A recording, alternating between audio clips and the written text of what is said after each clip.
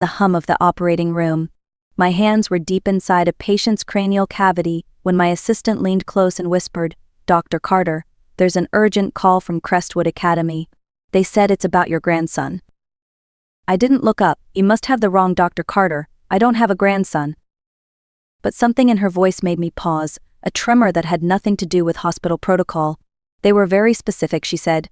"They asked for Dr. Eleanor Carter, chief of neurosurgery." The name of the school struck me like a cold scalpel. Crestwood Academy. 17 years ago, my son Michael had attended that same school. The same halls, the same brick walls where he once dreamed about the future that never came. "Take over," I told the resident, stepping away from the table. My hands were steady, but my pulse raced as I stripped off my gloves. Within 30 minutes, I was in my car, driving through the gray drizzle toward Crestwood, every heartbeat echoing a question I couldn't silence. The campus looked unchanged. Red brick, manicured lawns, the flag flapping in the damp wind. A woman in her 50s met me at the door, Principal Nora Jennings. Her silver hair framed a calm, professional smile that failed to reach her eyes. "Dr. Carter, thank you for coming so quickly," she said, motioning toward her office. "There's been some confusion." "Confusion?" I repeated. "I don't have a grandson." She hesitated, then opened a side door. "Ethan, would you come in, please?" A boy stepped inside. He couldn't have been more than 13. His dark hair was unruly, his posture uncertain, but when his eyes met mine, my breath caught. Blue-gray eyes. Michael's eyes. My eyes. He looked at me for a long moment, studying me with unnerving calm. Then he said softly, "You look just like your picture." My throat went dry. "Who are you?" "Ethan Brooks," he said. "My mom's name is Rachel. Rachel Brooks." That name tore open something I had buried for almost 2 decades. Rachel Brooks, Michael's high school girlfriend. The girl who vanished after his death. Ethan's voice wavered. "They said I was being expelled. Mom didn't show up. She's been missing for 3 days. Her boyfriend said she just left, but she wouldn't leave without telling me." I felt the sterile precision of my life dissolve. "Where's your mother now?" He looked down. "I don't know. But I need your help, Dr. Carter. Please." For 17 years, I'd buried grief under layers of professionalism and control. Now, standing in that office, looking into my son's eyes reborn in this boy's face, I knew everything was about to change. I sat across from the boy, every instinct inside me torn between disbelief and recognition. Ethan Brooks, 13 years old. The son of Rachel Brooks, the same Rachel who had loved my son Michael when they were barely adults. Principal Jennings excused herself, leaving us alone in the quiet office. The tick of the clock on the wall sounded painfully loud. I studied him, not as a doctor but as a woman trying to make sense of a miracle that shouldn't exist. He fidgeted with the strap of his backpack. "Mom said if anything ever happened I should find you." My voice came out softer than I intended. "Why me?" "She told me you were the only person who ever really loved my dad." The words hit harder than any scalpel slip ever could. I wanted to ask 100 questions, but the first that escaped was the one that mattered most. "Where has your mother been?" Ethan shrugged, trying to appear older than his years. "We live on the east side. She works at the hospital admin, I think. Her boyfriend moved in a few months ago. Things got worse after that." He hesitated, his jaw tightening. "They fought a lot." "About what?" "Money. And me." His voice cracked on the last word. "He said Mom should have sent me to live somewhere else. She said I was her whole life." The simplicity of his statement tore at me. This child had lived through things no 13-year-old should ever have to understand. "When was the last time you saw her?" I asked gently. 3 nights ago, he said. "She was supposed to pick me up from school, but she never came. Her boyfriend told me she ran off with someone from work." He looked at me then, with eyes too sharp for his age. "She wouldn't leave me. I know she wouldn't." My hands trembled slightly. "And you told the police?" "They said they'd talked to her boyfriend, but nothing's happened." The logic-driven surgeon inside me wanted to analyze, to piece together evidence, to treat this like any other problem that required precision and calm. But the mother, the grandmother, I was only beginning to realize I might be felt an ache I couldn't rationalize. "Ethan," I said finally, steadying my tone, "I need to see proof. Something that shows your father was Michael Carter." He nodded quickly, opening his backpack. From it he pulled a small, worn velvet pouch. Inside was a silver pocket watch, old and scratched but unmistakable. I'd given it to Michael on his 16th birthday. When he placed it in my hand, my breath caught. I turned it over, reading the inscription I already knew by heart: "Time reveals truth." He looked at me, waiting. "Do you believe me now?" I closed my fingers around the watch, feeling its familiar weight anchor me to the impossible. "Yes," I whispered, "I believe you." The drive back to the hospital was a blur of gray streets and blurred memories. Ethan sat in silence beside me, his backpack clutched tightly to his chest, the watch tucked safely inside. Every few minutes he glanced out the window as though expecting to see his mother appear from the crowd. At a red light, I finally asked, "How long have you been alone?" He shrugged. "Since Monday night. I've been staying with my mom's boyfriend's son. It's not great." I bit back the questions that rose to my lips about food, safety, school. My mind was already cataloging the steps: call the police, contact social services, search hospital records. Logic was all I had left. When we pulled into the hospital parking lot, my phone buzzed. The number flashing on the screen was from the emergency department. "Dr. Carter," came the voice of the trauma nurse, urgent but controlled. "We have an unidentified female victim. Severe head trauma. The Idaho in her purse says Rachel Brooks." My blood ran cold. "Is she alive?" "Barely. She's being prepped for neurosurgery." For a moment, the sterile parking lot tilted around me. "I'm on my way," I said, my voice barely above a whisper. Ethan noticed the change in my expression. "What is it? Did you find her?" I didn't answer right away. I couldn't. The clinical side of me, the surgeon who'd spent decades separating life from death by a few millimeters of tissue, knew what those words meant. Severe head trauma, prepped for neurosurgery. When we reached the emergency wing, the nurses recognized me immediately, clearing the way. I was no longer Dr. Carter, chief of neurosurgery. I was simply a woman running toward the operating theater, afraid of what she might find. Through the observation glass, I saw Rachel, pale, motionless, surrounded by machines and bright lights. A young resident was intubating her. The monitors screamed with uneven rhythm.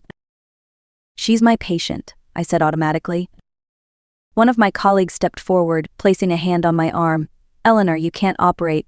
You know the rule about family." I swallowed hard, then put Dr. Levine on it, and I want full access to her case. "Behind me?" Ethan's voice trembled. "Is that her?" "Yes," I said, forcing the word out. He took one step closer to the glass, pressing his palm against it. "She's going to be okay, right?" I wanted to promise him she would. Instead, I did what doctors do when hope and honesty collide. I met his gaze and said, "She's in the best hands possible." But inside I was praying something I hadn't done in years, because if Rachel Brooks didn't make it, this boy, my grandson, would lose the only parent he'd ever known. Rachel's surgery lasted nearly 5 hours. I spent every minute of it pacing the hallway outside the operating room, a dozen scenarios circling in my mind. I'd performed hundreds of procedures like this one, but watching someone else do it on her was unbearable. When Dr. Levine finally emerged, his expression gave me the first flicker of hope. "She made it through," he said. "There's swelling, but we controlled the bleeding. We'll keep her sedated for now." Ethan exhaled shakily beside me, his hands, clenched in fists for hours, finally relaxed. "Can I see her?"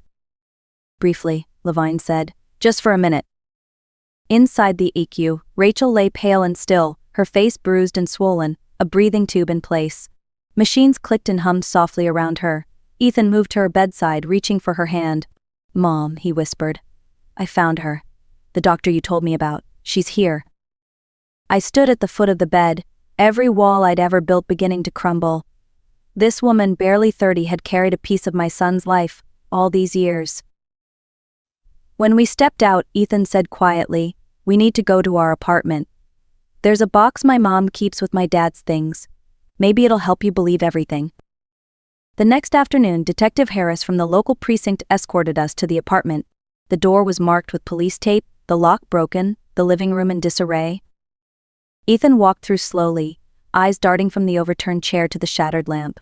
"He did this," he said under his breath. "Derek." He was angry. In the hallway closet, he found what he was looking for, a metal box, dented and dusty. He lifted it like something sacred. "This is it." The detective checked inside, nodded, and handed it back. "You can take it." Back at my condo, Ethan placed the box on my dining table and opened it carefully. Inside were photos, folded letters, and small keepsakes, a movie ticket stub, a pressed flower, a worn-out guitar pick. Then, at the very bottom, an envelope with my name written on it. For Dr. Eleanor Carter, the handwriting read neat, deliberate, heartbreakingly familiar.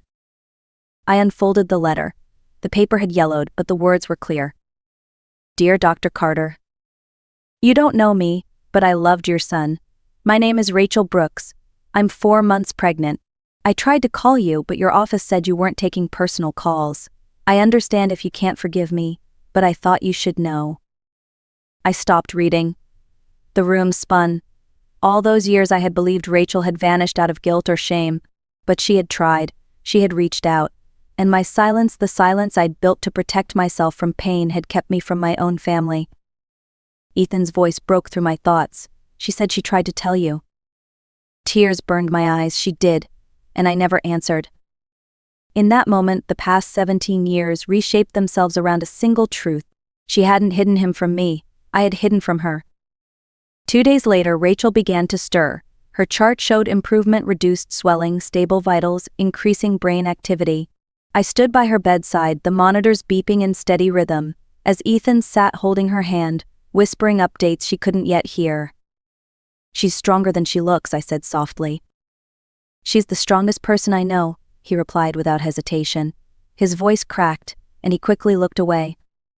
When her eyelids fluttered for the first time, time itself seemed to slow. Ethan leaned forward. Mom, can you hear me? It's me, Ethan. Her lips moved, no sound at first, then a whisper, faint but certain. Ethan. He gasped, tears spilling down his cheeks. Yeah, Mom, I'm here, you're safe. I stepped closer, unable to speak as emotion clawed up my throat. Rachel's eyes opened wider, struggling to focus. When they landed on me, confusion flashed across her face. Then recognition. Dr. Carter? Her voice was hoarse, barely above a breath. Yes, I said, taking her free hand gently. I'm here. Her brows knitted together, trying to piece together fragments of memory. You're real, she murmured. I tried to tell you about Ethan years ago. I nodded, my vision blurring. I know. I found your letter. A tear slid down her temple. I never wanted to keep him from you. I know that now. The moment was fragile, suspended between regret and forgiveness. For 17 years, I had carried anger without a target, grief without closure. Now, looking at the woman who had loved my son and raised his child alone, that anger dissolved into something deeper, understanding. Ethan stayed pressed against her side, unwilling to let go. He told her about finding me, about the call, about the search. Rachel listened, eyes filled with a mother's pride and pain. When exhaustion overcame her, I guided Ethan out of the room. In the hallway, he wiped his face on his sleeve. She's going to be okay, right? She's healing, I said. It'll take time, but she's going to make it. He nodded, quiet for a moment. I'm glad you're here. For both of us. His words settled deep inside me. For years, I had believed my purpose ended when Michael's life did. But standing there, watching Ethan, a living echo of my son, I realized how wrong I had been. Rachel's recovery would be long, uncertain, and full of challenges. Yet for the first time in nearly 2 decades, I felt something I hadn't allowed myself to feel since the night of that awful phone call about Michael. Hope. And this time, I wouldn't let silence steal it from me again. Rachel's recovery took months. She spent the first 6 weeks in rehabilitation, relearning balance, speech, and strength. I visited every day, bringing Ethan after school. The 3 of us would sit by the wide windows overlooking the Charles River, talking about everything and nothing. For a woman who had fought alone for so long, Rachel carried an unshakable will to live. By the time she came home, my once sterile condo had already begun to change. It was no longer a place designed for quiet efficiency, it was beginning to sound like life. Ethan had taken over the guest room, walls now plastered with astronomy posters and guitar picks taped near his desk. The faint hum of his music filled the evenings, blending with the smell of real meals cooking in the kitchen. Rachel's discharge day arrived with cautious optimism. She stood in my living room, cane in one hand, eyes scanning the space. This place doesn't feel like yours anymore, she said with a small smile. I laughed softly. No, I suppose it doesn't. It feels like ours. She hesitated, her pride flickering. Eleanor, you don't have to do all this. We'll get our own place when I'm back at work. "You will," I said, meeting her eyes. "But not until you're ready. You've carried enough weight alone. Let someone else help for once." That night, Ethan fell asleep on the couch, his head resting on a pillow, the old pocket watch clutched in his hand. I watched him sleep, remembering Michael at the same age, the restless energy, the bright eyes. "Time reveals truth," the inscription had said. I finally understood. Truth wasn't always about answers. Sometimes it was about rediscovery. In the weeks that followed, life found rhythm. Rachel started therapy part-time at a clinic that specialized in trauma recovery. Ethan returned to school, determined to catch up. I adjusted my hospital schedule, trading late surgeries for afternoons spent helping with homework or grocery shopping. My colleagues were stunned. I had been the surgeon who never left the OR. Now, I was simply a grandmother learning how to live again. There were awkward moments, of course there were, times when Rachel's independence clashed with my instinct to control, when Ethan tested boundaries I didn't yet understand. But each argument, each uneasy silence became part of the process of becoming a family. One evening after dinner, Ethan strummed his guitar softly, the melody drifting through the apartment. Rachel leaned against the doorway, smiling faintly. "He gets that from Michael," she said. I nodded, "Yes, and the determination? That's all you." She laughed quietly, and for the first time the sound didn't carry exhaustion, it carried peace. The house that once echoed with emptiness was full again, not perfect, not polished, but real. 5 years passed in what felt like a heartbeat. The condo that had once been a silent refuge now overflowed with laughter, arguments, and music. Rachel had rebuilt her life with quiet resilience, working as a rehabilitation therapist. I had retired from surgery, turning my focus to teaching. And Ethan, our Ethan, was preparing to graduate at the top of his class. That morning, sunlight spilled across the kitchen as I flipped pancakes. "Has anyone seen my keys?" He called from upstairs, his voice deeper now, confident yet still carrying the same warmth. "They're on the counter." Rachel answered, arranging a bouquet on the table. She moved more easily these days, her limp barely noticeable, her energy steady. When Ethan finally appeared, dressed in his blue gown and cap, I felt my throat tighten. He was the image of his father Michael's eyes, Michael's smile, but there was something more. A steadiness that came from surviving storms none of us had expected. "Ready?" I asked. "Born ready," he grinned, though I could see his hands trembled just slightly. At the ceremony, as he walked across the stage, Principal Jennings, her hair now completely white, shook his hand proudly. "From the boy who once stood in my office terrified and angry," she said, "to the young man standing here today, Ethan Brooks, valedictorian." Rachel squeezed my hand. "He did it," she whispered. "No," I said softly, "we did." Later that evening, friends and colleagues gathered in our living room. Ethan brought out his guitar, glancing between us with a shy smile. "I wrote something for today," he said. "It's called The Call That Changed Everything." The first notes filled the room, tender and searching, rising and falling like memory itself. His voice steady, pure, wove through lyrics about loss and rediscovery, about a phone call that shattered one life and rebuilt 3 others. When the final chord faded, Rachel reached for my hand, tears glistening in her eyes. "Michael would have been so proud," she whispered. "I know," I said, "and I think somehow he already is." Ethan looked at us, smiling through his own tears. "You two taught me that families don't have to be perfect," he said. "They just have to find their way back to each other." Outside, the evening lights of Boston shimmered on the river. And in that quiet moment, surrounded by love reclaimed from years of silence, I understood. Legacy isn't measured in titles or achievements, it's the courage to answer when life calls again. Summer settled over the city, soft and golden, the kind of warmth that makes everything feel possible again. Our lives had slowed into something steady, something ordinary, and that was the greatest miracle of all. Ethan had started college on a full scholarship, dividing his time between biology labs and late-night music sessions. Some days he talked about becoming a neurosurgeon like his grandmother. Other days he dreamed of composing film scores. I told him the truth that both choices required precision, patience, and heart. And he had all 3. Rachel continued her work at the rehabilitation center, guiding patients who, like her, had clawed their way back from the edge. Watching her encourage others was like witnessing hope made visible.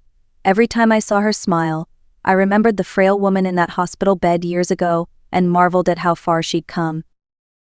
As for me, I finally learned what it meant to live outside the operating room. Mornings filled with coffee and quiet, evenings spent listening to Ethan's music echo through the apartment. And sometimes when I passed the old pocket watch on the mantel, I would trace my thumb over the words engraved inside "Time reveals truth." The truth was simple now. I hadn't been saved by medicine or logic or control. I had been saved by love, messy, unexpected, persistent love that refused to let grief have the last word. One night, as Rachel and I sat on the balcony overlooking the river, she said softly, "Do you ever wonder how different things might have been if we'd found each other sooner?" I smiled. Maybe, but I think we found each other exactly when we were meant to. The city lights shimmered below, the river whispering against the shore, and for the